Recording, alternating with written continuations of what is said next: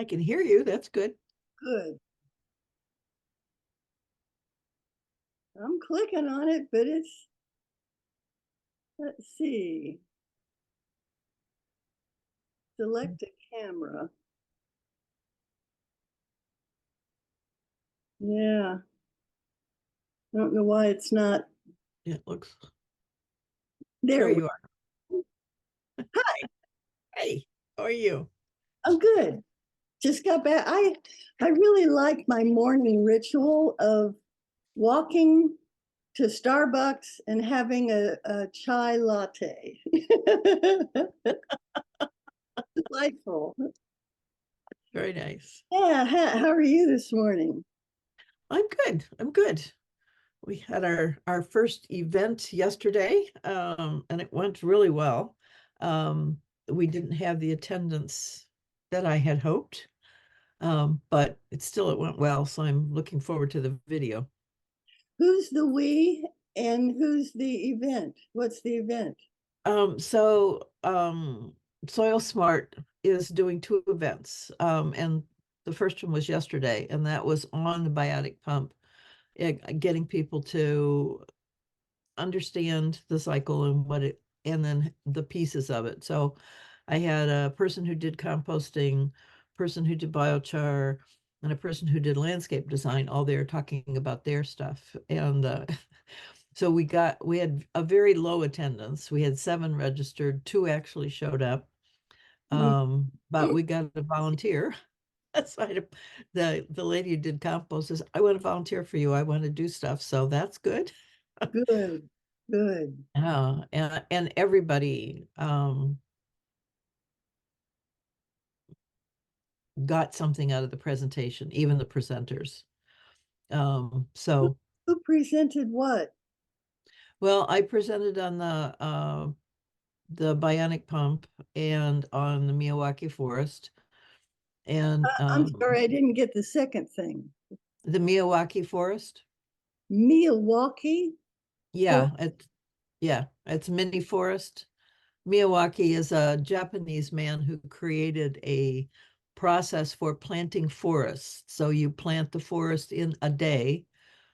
They get watered for 3 years. They grow about 8 times faster than the regular forest planting, and they mature very quickly. So it's a real nice way of bringing back the biodiversity that we have lost because the habitat's been reclaimed. So critters can come back to what they knew. And it increases evapotranspiration that's possible in a place. So that's why it's such a key piece of the biotic pump. Very good.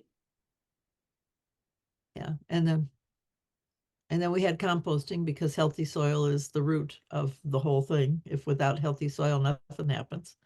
Bless your And then biochar is a piece of that speeds up that process actually. And it's also a carbon sink, so that's useful. And then the landscape design is like critical because the land has to hold what has to be allowed to hold the water. If the soil is able to, the land still has to be there. So putting all those pieces together for folks. so it's And the so it's a combination of soil smart and landscape design and what else? Yeah, well, the strategy is healthy soil, Healthy soil, uh-huh. landscape design, and planting.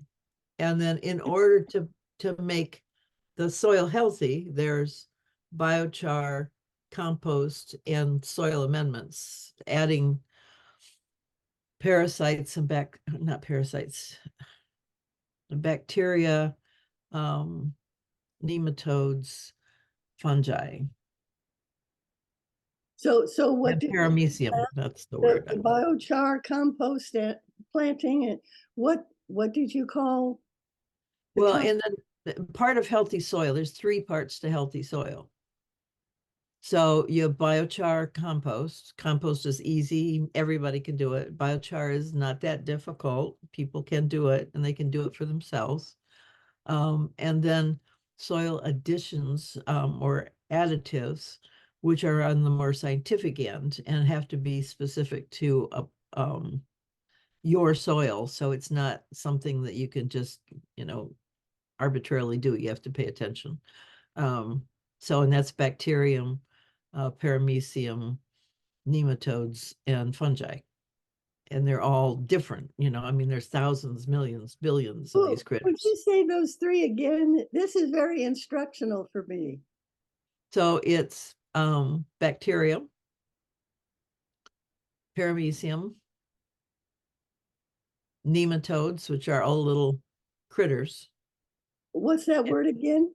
Nematodes, Nematodes? nematodes, Todes,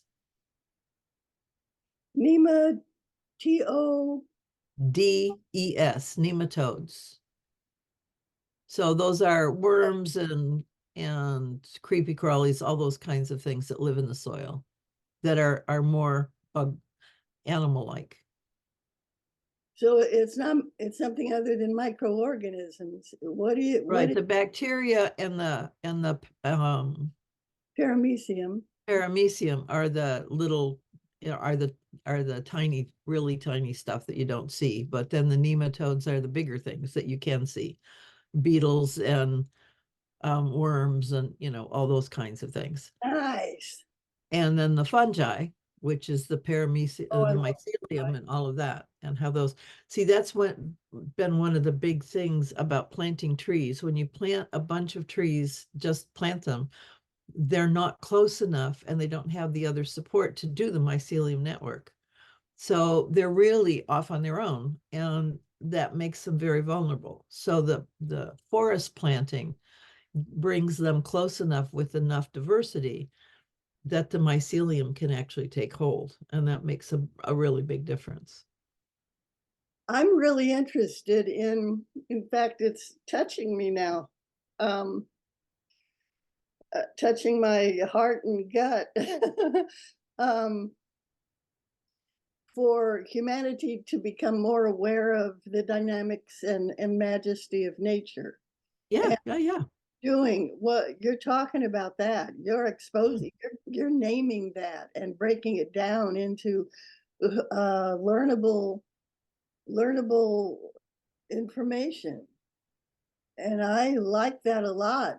I'm interested in that. How can I Yeah. help? Well, just learn about it and share it. Well, you're teaching me. Yeah. And we'll be doing a lot more. I GRC exposed me to a game on soil that comes out of Europe, and it's really brilliant. They've done a really great job of it, but it's not connected to the biotic pump. See, and this is what I find everywhere, that people have pieces, and the pieces are absolutely right, but they're not connected. And because they're not connected, they don't understand the whole flow and how important all of those pieces are, that you can't stay tunnel focused. You have to expand into the whole and understand the whole system to be really effective. That Yeah, gives you the ability to finesse it. yeah. Otherwise, The framework is life cycle. yeah, yeah. Cycle. Yeah. And so the biotic pump is the cycle. And when you get that and how important that is, then everything, it just makes sense. And I don't even talk about not using chemicals, because the whole point is to bring life to the soil. I mean, you're smart. You'll know if you're going to bring life to the soil that chemicals don't do it. I don't have to tell you that. I don't have to beat you over the head. I don't have to make you scared about not using chemicals. If you get committed to life in the soil, you won't use chemicals because it doesn't work. So I don't talk about that a lot, but it's there. I mean, you can't do compost with chemicals. I mean, all these things will drive that understanding without beating people up. They will get it, I do believe. So anyway, and people do. I mean, everybody was real excited because none of them were thinking about the cycle.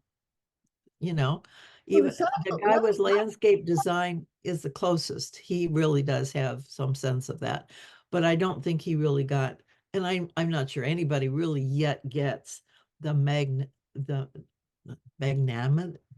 the bigness, Magnanimity. magnanimity, yes, of the cycle, because it's so profound. Well, And yeah, given where we are, it's just really critical. I mean, we've got to push back. And yes, we have to do all the carbon stuff and stop all that kind of crap. That's absolutely true. But we're still not building. Even if you stop that and you don't build, nature will come back, but in her own way and slower. And we can really facilitate that coming back by cooling the earth the way nature cools the earth, helping her do her job and really sticking to that. So that's what the biotic pump is for me. It's a huge lever, just huge. cooling the earth. What's the relationship of biotic pump and cooling the earth? You're saying cooling the earth is the point, is necessary, is Yeah, because everything's getting hotter, and all the life we know lives within a certain range of temperature. And we're moving out of that range already, and we'll never go back to where it was. But we can still keep it as cool as we can possibly keep it by doing this. So rain is cooling, plants are cooling. Earth that has plants on it is cooling. Earth without plants is heat producing. And you can change the temperature by up to 15 degrees by planting this way.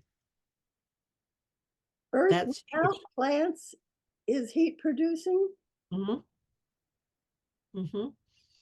Because the soil gets cooked and the life in it gets killed because it gets too hot.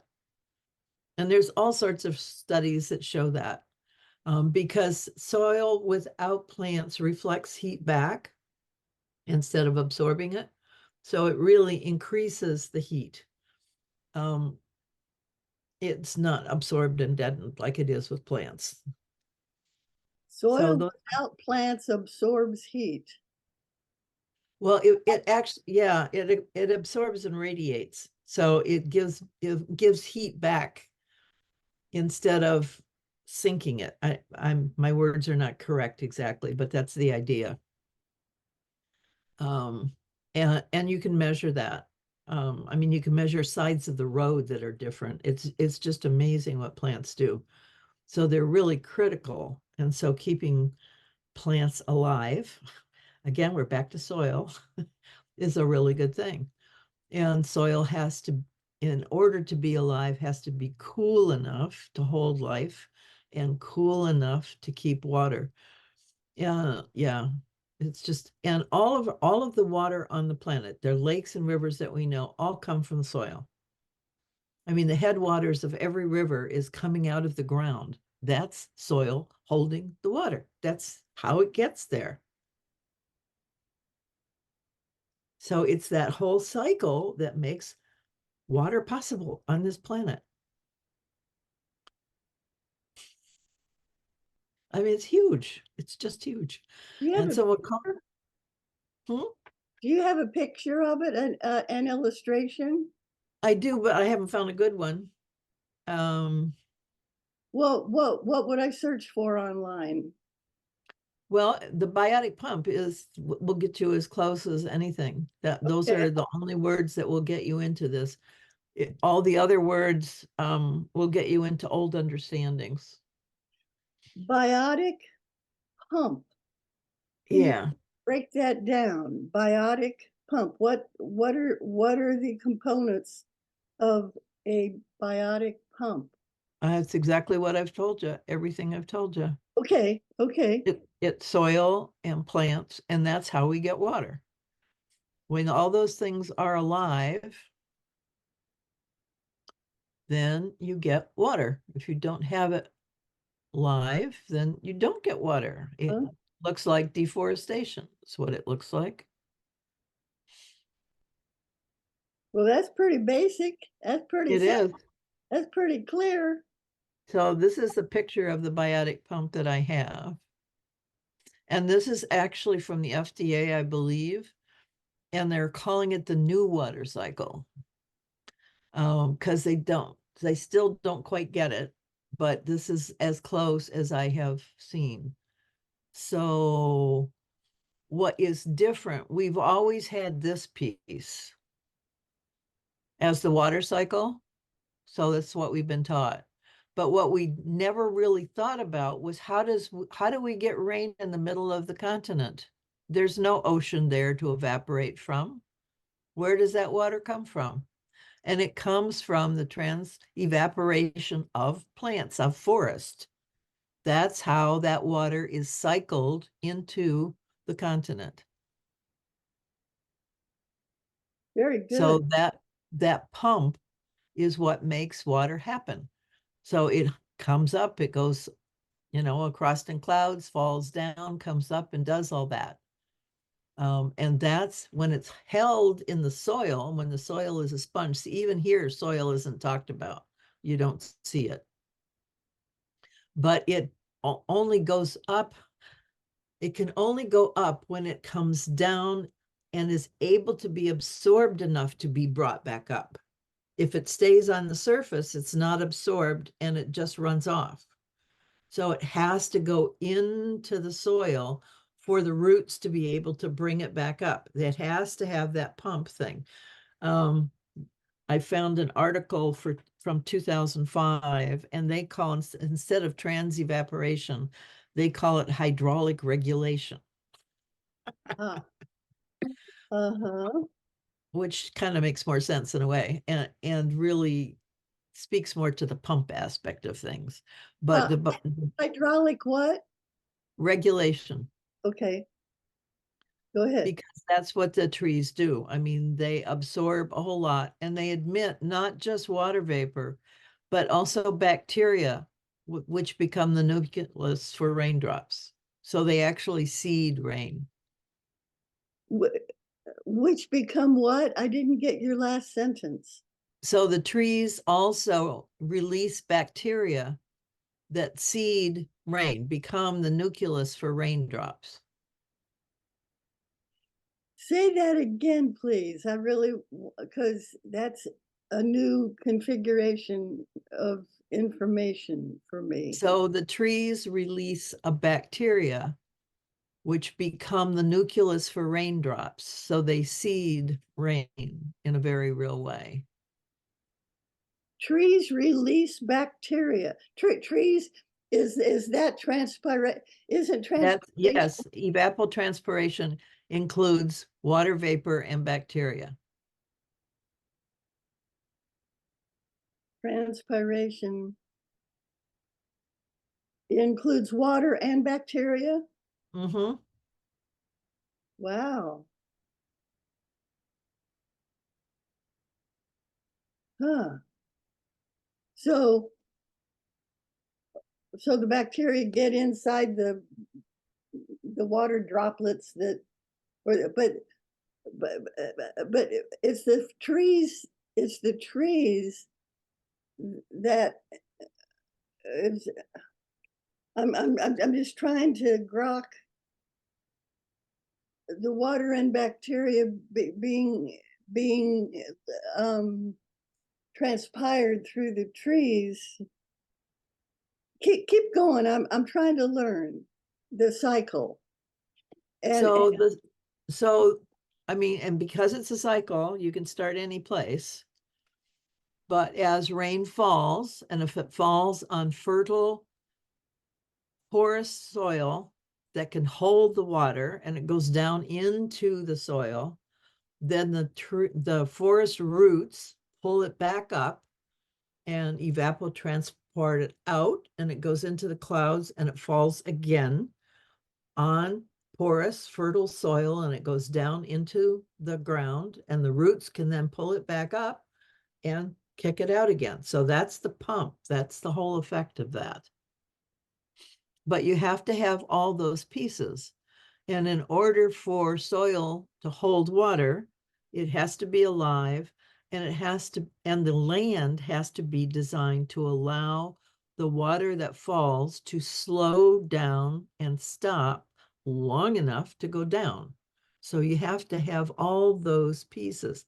If the soil is dirt and it doesn't hold water, and the land has been graded, then the water just falls off and rolls off and goes down into, it's called runoff, quite literally, because that's what it does. It takes up topsoil and it just goes into whatever waste systems are around, and it doesn't percolate into the ground. So there's no real benefit to the rain. It's very temporary.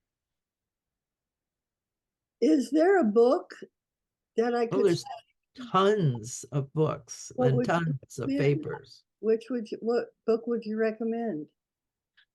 Well, it depends on what you exactly want to learn. If it's just the nature piece, that's one thing. If you want to learn how humans can work with it, those are Nature, whole other. the nature piece. So right now, a lot of that is in papers. I don't know of a book on the biotic pump. So Anastasia What's the name? Markareva. Huh? So if you'll read below this picture here where it says biotic pump. Yeah, I took a picture of it. So she is the person who first named it the biotic pump, as near as I can tell. That was in 2020, so it's fairly new.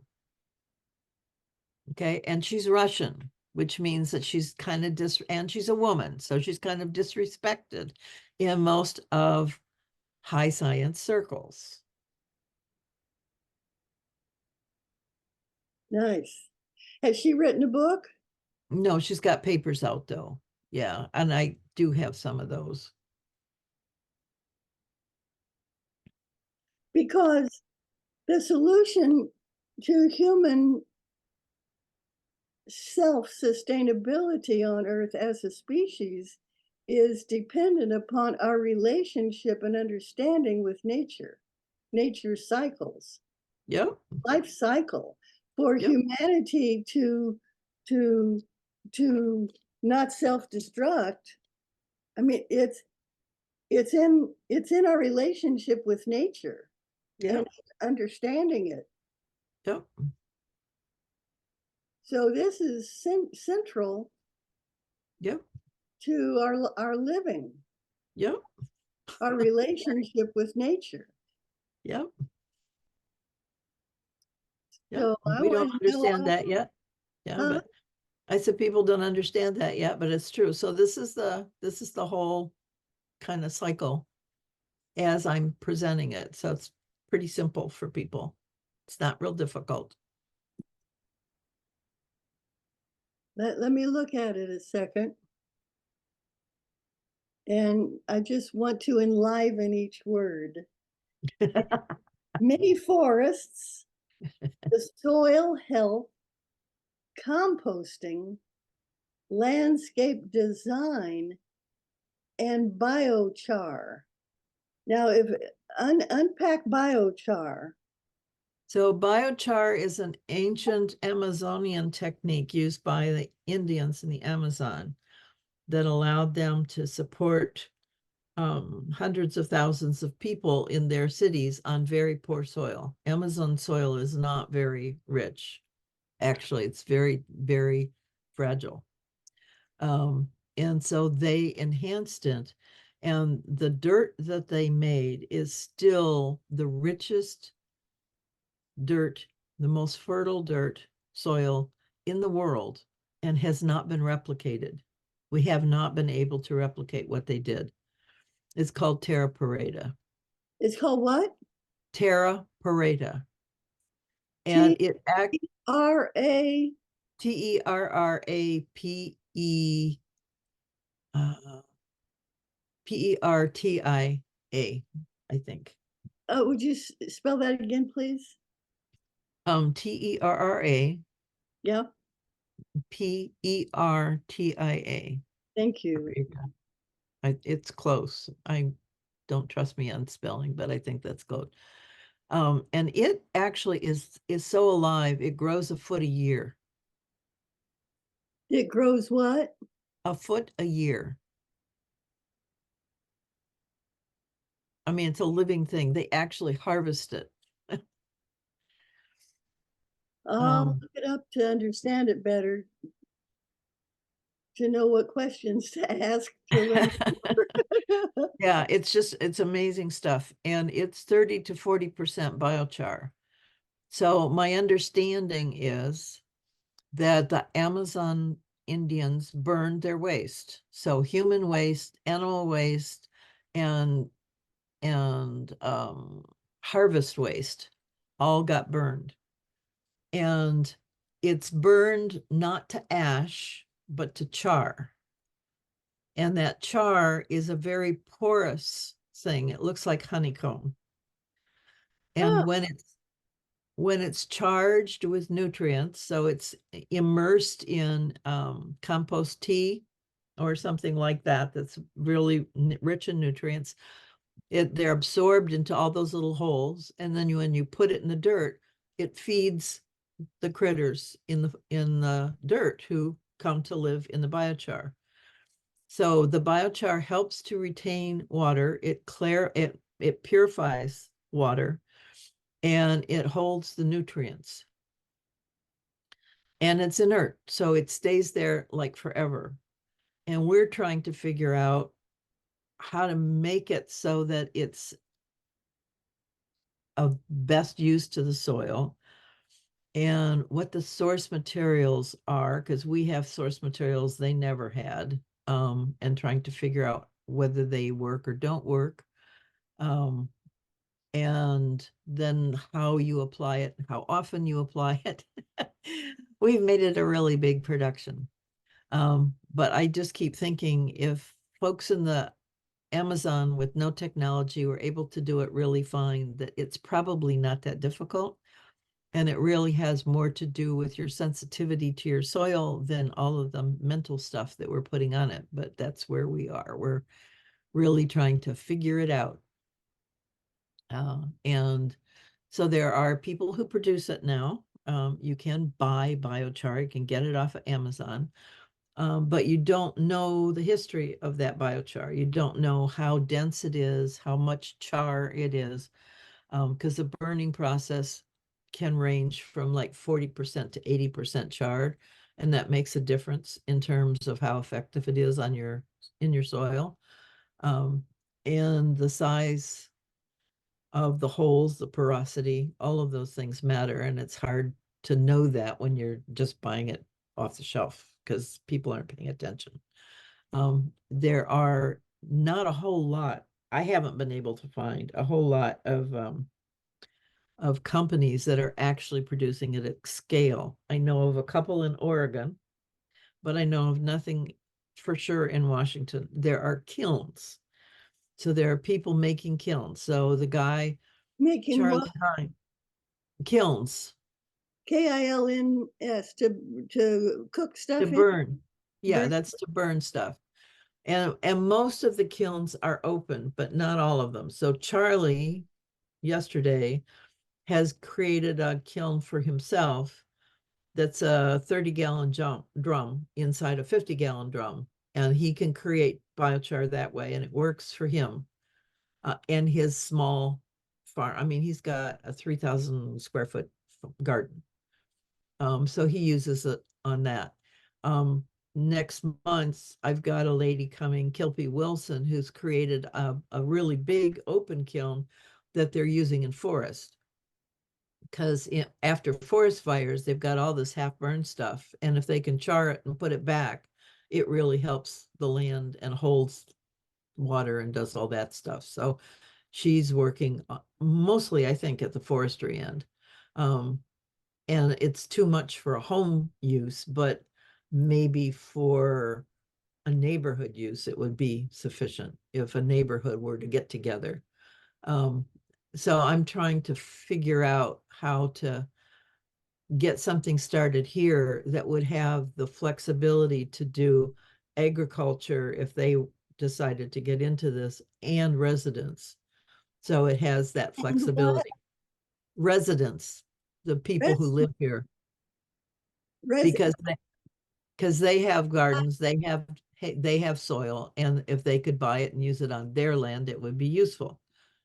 But they're not going to make it. A lot of people are here, if you're just putting it in your garden, you're not really going to want to make biochar. you're Um, talking homeowners. yes, Okay, so say again what it is, the information you're trying to spread among homeowners about this. Well, I'm trying to create a conversation so that we as a community can figure out how to start making it here in a way that would serve both the agricultural needs and the resident needs. Making biochar or making Yes. what? Yeah, Making, because biochar is not fertilizer. It's not like you put it on every year. But it does, and this is the other thing, spreading our understanding of soil out from the garden into all the rest of the dirt we walk on. yeah. Because it all needs to be porous. So it's not just your gardens. You have to put it on your lawn too, you know, but you don't have to do it all the time and every year. And it does need to be mixed with compost when you spread it so that it has the nutrients in it. So yeah, so there's, stuff. well, have you identified the leading edge,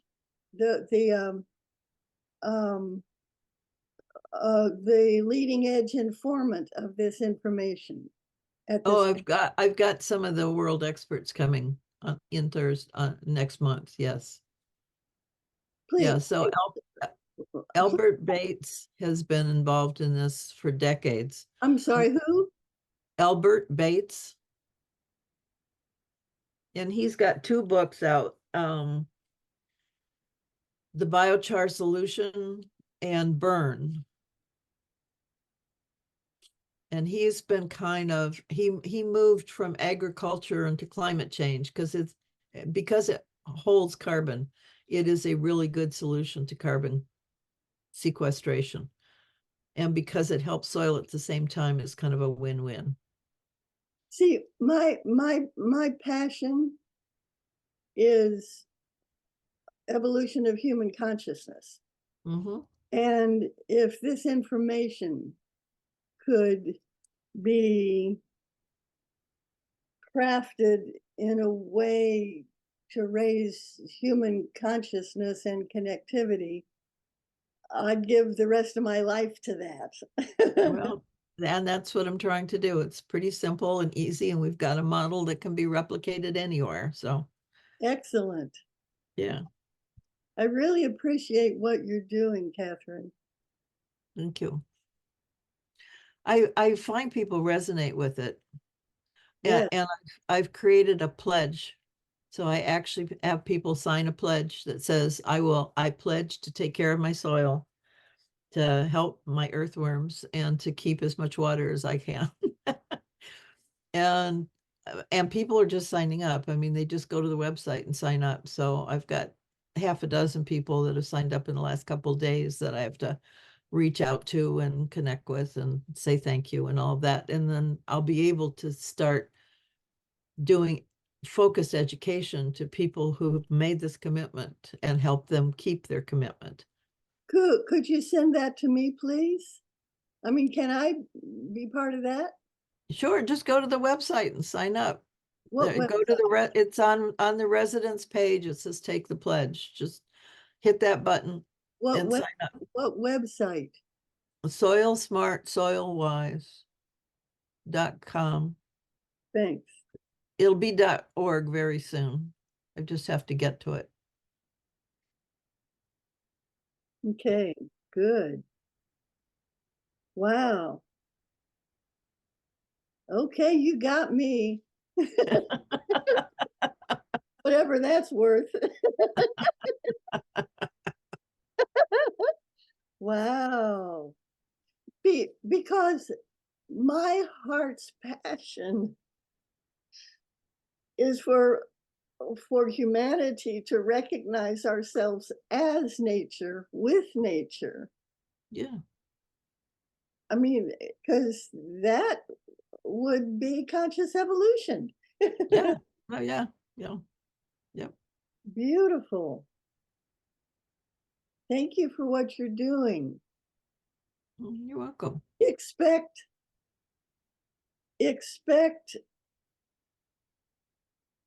a contribution in the mail soon. Thank you. Is your address the same? Yes, yeah.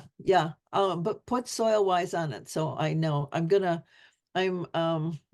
be doing actually a campaign to raise money, because in order to to be able to accept money as a nonprofit, I have to either be a nonprofit or be in a fiscal agent relationship with a nonprofit. And that's what I'm going to do, because it's easier, it's faster, and they do all the work. I don't have to do any of the bookkeeping or any of that kind of stuff. And the group that I found is actually a woman that I've become friends with through Zoom, and on her board is a guy I've known for 30 years. So that's kind of nice. Um, so I'll be doing that. Yeah, that's the next step. Now that I'm free of this event, I will have some time to do that. Okay. And I've got 2 people on our board, so I'm looking for board people and for volunteers, and I've got a volunteer. I mean, it's just stuff is coming. So Well, just know I'm willing to participate however I can with you that's supportive. I appreciate it. I appreciate it. So just, yeah, go look at the website. And you'll see kind of the scope of what we're looking at. And the residents page has the pledge. But I think I think it's also in the menu that you can pledge, so it's not hidden. People can just do that if they want to. And what do you want me to write on the envelope that I make? Soil smart. Soil smart. Yeah. Okay. Okay. Mm. Cool. Yeah. Oh, thank you. Thank you for doing this. Yeah. You're very methodological. Yeah. Methodical. Well, I'm not methodical really, but Methodical. yeah. Nice. Yeah, that gets a lot done. That covers a lot of territory. Being methodological. What'd you say? Methodological? Methodical. Methodical. Methodical. Methodical. There you go. Yeah. Yeah, I find models really help though. I've been making models all my life. So the strategy as a model is easy to understand. Um, yeah. Nice. But yeah, it's just so interesting how I mean, the minute you understand the model, you can see how often it's missed, because it's just not in people's consciousness. I mean, even the Miyawaki forest folks are really great, and they talk about soil health. They do that, and they talk about what the forest can do, but they don't understand the global impacts of what they're actually creating. That piece is missing. So this is another thing I'm doing, is starting to talk to these people to say, this is the whole thing. Notice where you fit in this, and understand that whole thing, and see how that changes how you're thinking about what you're doing when you get the importance of that whole piece. That's invaluable at this point on Earth. Yeah. Human evolution and sustainability. Yeah. Well, it's importance of systems thinking, which we don't have much. What just popped in my mind is Capra, and Yeah. thinking, have you interfaced with him about this idea? Not with this. No, I did with the earth values and stuff. And we kind of got stuck on the relationship between networks and ecologies. And he really is stuck on networks. And it doesn't seem like the whole picture to me. There's something about ecologies, because ecologies include a relationship that I don't hear in networks. Networks connections, I get the connection piece, but the relationships don't quite sing there for me. So I don't know how to resolve it, and I haven't resolved it yet. So I haven't written back to him about my thoughts on that. I just, he knows my thoughts, and so that's that. Oh, networks is connection and ecology is relationship, and they are different. Yeah, and they're both important. And Both and I think networks are included in ecologies, but I don't hear relationship included in networks, which is why I have the resistance. okay. Well, it hasn't been spelled out that human networks are, I mean, structurally ecological. I mean, there's interaction there, Yeah, which means relationship. yeah, Um, but it's interesting to think about that some more. Networks and ecology. That'll be interesting to muse. I'll have fun with that. Yeah, yeah. because ecology is symbiosis. Yeah, there's a mutuality, and yeah, there's just so much that is implicit in ecologies that I don't find implicit in networks. And And symbiosis is how nature has created itself to be what it is now. yeah, and reciprocity, all of those things are inherent in ecologies that just don't, I just don't get out of networks. And I don't want, I, I'm not willing to leave that out of the conversation. Good, Um, and yeah, it's networks are sterile in a way for they just they're and it's a useful concept, a very useful concept. So I won't throw it out either, but I can't make it the foundational in the way he has. And I think part of that has to do with his um scientific approach and how systems thinking has sort of evolved out of this cybernetic structural clean thing without biology. And the minute you start adding biology, things get messy and dirty and complicated and all of that. And the kind of neatness that you get out of that sterility disappears. Um, and I think that's part of his reluctance because he likes the precision that you feel with networks as opposed to the messiness that you get with ecologies. And I think that that's part of what's driving his understand networks is a, his, networks his is a pattern. yeah, Ecology is an environment. It is a symbiotic environment. it's so much more. Yeah, yeah, yeah. And yeah, and maybe it's, mixing apples and oranges a bit or levels of systems or something. Those are possibilities, but and it cost me $100 to talk to him, and I can't afford it all the time. So we haven't talked for a while. Oh, wow. Yeah. I mean, I can send emails through the alumni network and that kind of stuff, but it's not a real engagement. Yeah. So I'm just, Well, what's on the agenda for him? Do you have any idea what his next is?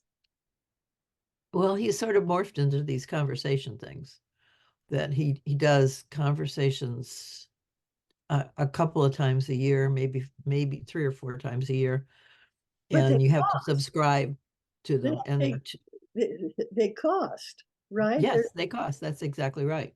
So And if I they're remember, $250 to be involved in it, and then if you're poor and ask for help, you can get in for $100. But I mean, I just can't afford to do that all the time. I can't either, Yeah, or I don't. oh, I choose not yeah, to. Yeah. So, yeah. So, Well, that's got to lift. That's got to change.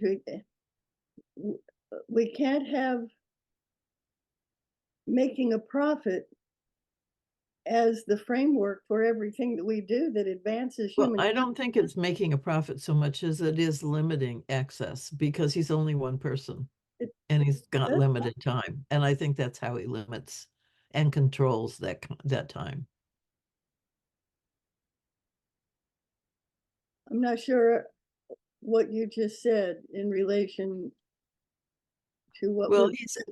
he's an important person, and there's a lot of people who would like to talk with him, and he could probably spend all day talking with people, some of whom understand what he's doing, and some of whom who don't, but think they do, and some of whom have backgrounds, and some of whom don't, and so he filters that, and money is a way to filter.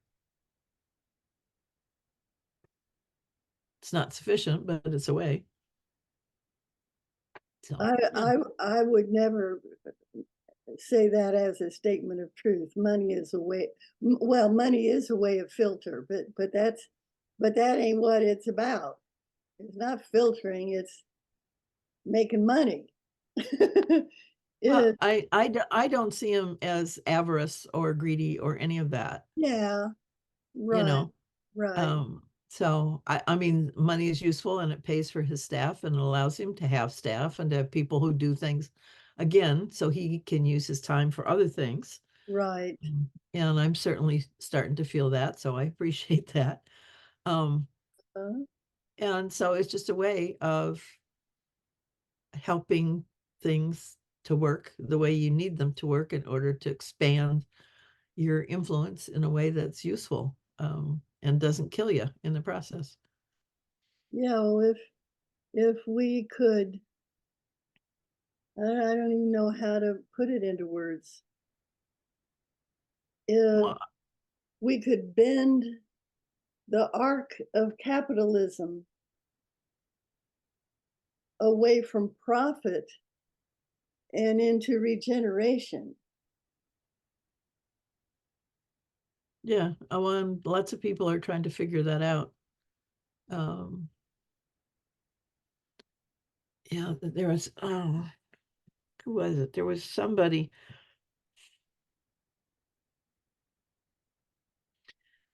because I've been involved in a group that's looking at regenerative economics kind of thing, and they're just puddling around. They're just caught in their own stuff, defining words and figuring out stuff and not being real. But there was another group that I ran into recently who's actually trying to create a regenerative economic process. And but I can't remember what it was. Uh yeah. There's some good experiments out there. Now, Jeremy Lint is in this ballpark Yeah. with his. I mean, he's invited the the woman author of Wealth Supremacy into his community, and so I'm reading her book, Wealth Okay. Supremacy, because she's trying to unpack it, you Hmm.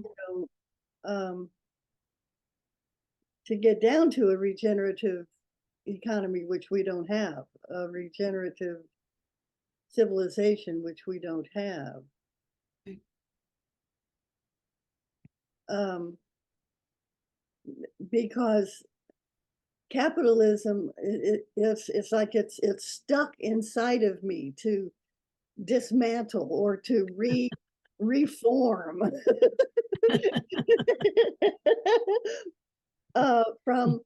from putting in one and taking out two to something that makes more sense than that. Yeah. Because we can't put in one and take out two. We can only be regenerative of the process and let it lead us into realizing we are nature, just Well, like and trees. yeah, for me, the key of all of this is to come back to nature because it's the only real truth. You can't argue with it. It's either alive or it's not alive. You're helping it live or you're killing it. It's real clear. You can't get your mind into it with all of the stuff that we do, with all the justifications and all those kinds of things that we put into our language and our concepts in order to allow us to do the things we really shouldn't do. And nature just says no. I mean, you just can't argue with it.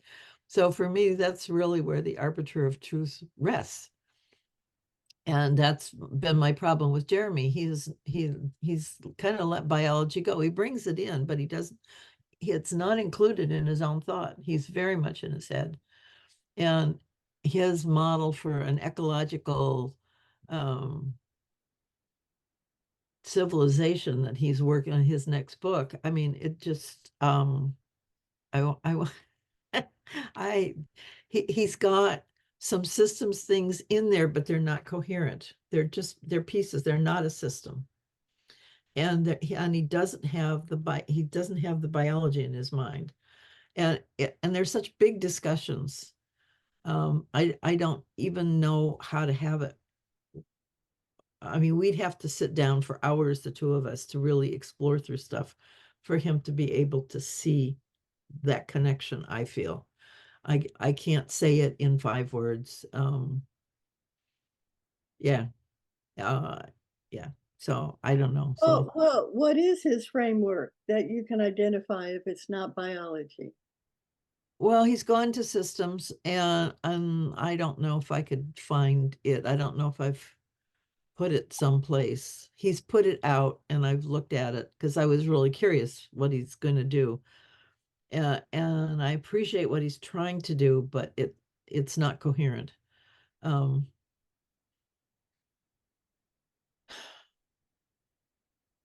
so I guess since you're on DTN, look for his posts where he's talking about that because he's done several about his book and he's outlined it in those posts. I That's, just bought it.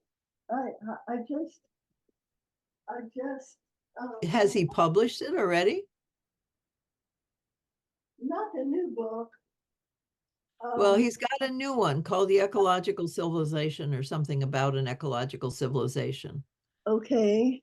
And so he's done posts in DTN on that. So if you search for those, maybe you'll find them. And he did outline what he feels are the core principles of that. Yeah, but they're not coherent.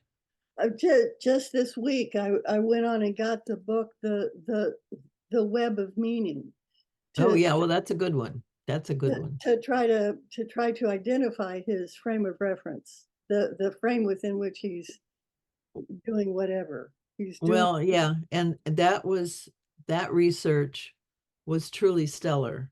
And then I have found the web of meaning that came out of that not quite so coherent.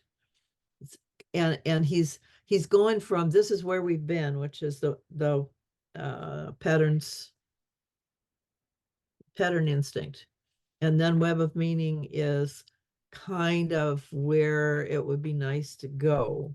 And then the new book is this is where we should be, is kind of the trajectory that he's on.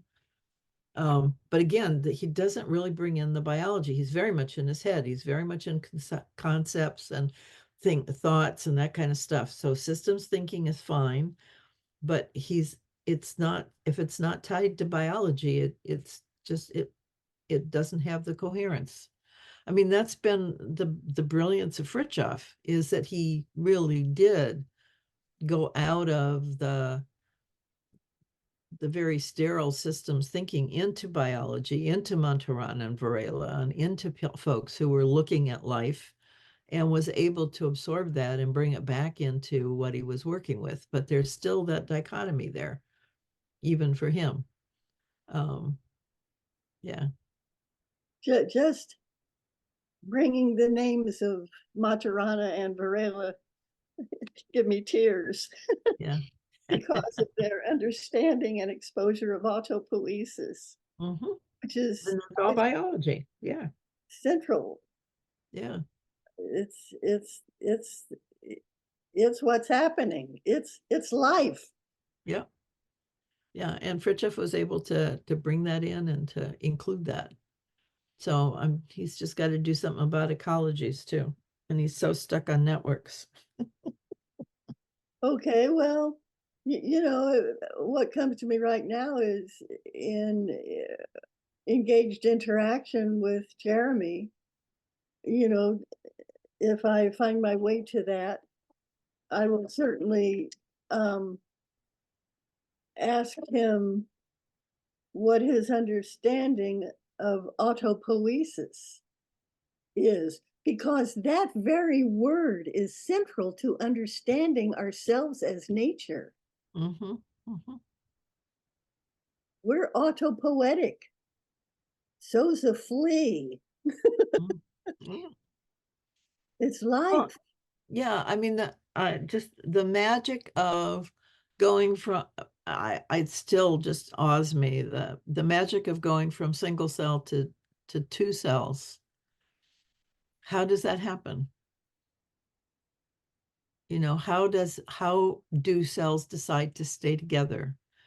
How did the mitochondria decide that it could live in our cells just fine and it was very happy there? I mean, that's a huge shift. And it didn't become us. It stayed its own self. And yet it's so integrated to our bodies. We could not live without it. And it would probably have a hard time living on its own too. I mean, those Right, are I have to huge have a things. host. Yeah, those are really huge changes to make in the service of life and trust in the other to be able to do that. I mean, that's why honesty and truth are so important, because you can't fudge those kinds of decisions. You know, it just doesn't work. It has to be wholehearted. I love you like I love myself, has to be there in order to make those things have the integrity that they need to have to be functional.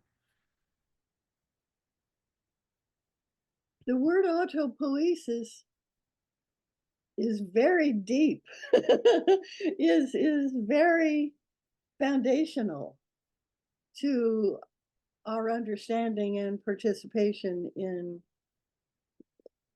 evolution. Yep. Yep. Yeah. And it's not only recognizing it in us, but in honoring it in others. Yeah, because it's all life. Yeah. It's all part of the same thing. There's only life in its whatever, in its component parts and relationships and interaction. Okay.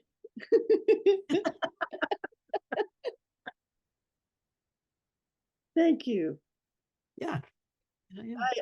I always value interaction with you, dialogues with you so much. Oh, I do too. I value you very much. Yeah. Good, Yeah. good. You bring out So things.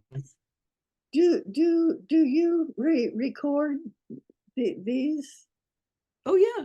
Well, Oh, good. they recorded. Yeah. The deep dive. Yeah. Sometimes it takes me a while to put them up, but they're all recorded. Okay, good. Yeah. Yeah. I don't want to hold you up, but I have room for more. No, I have an 11 o'clock, so I'm kind of wanting to do something Okay. before then. So, All right. yeah. Till the next time. Yes. All right. Bye. Okay. Bye-bye.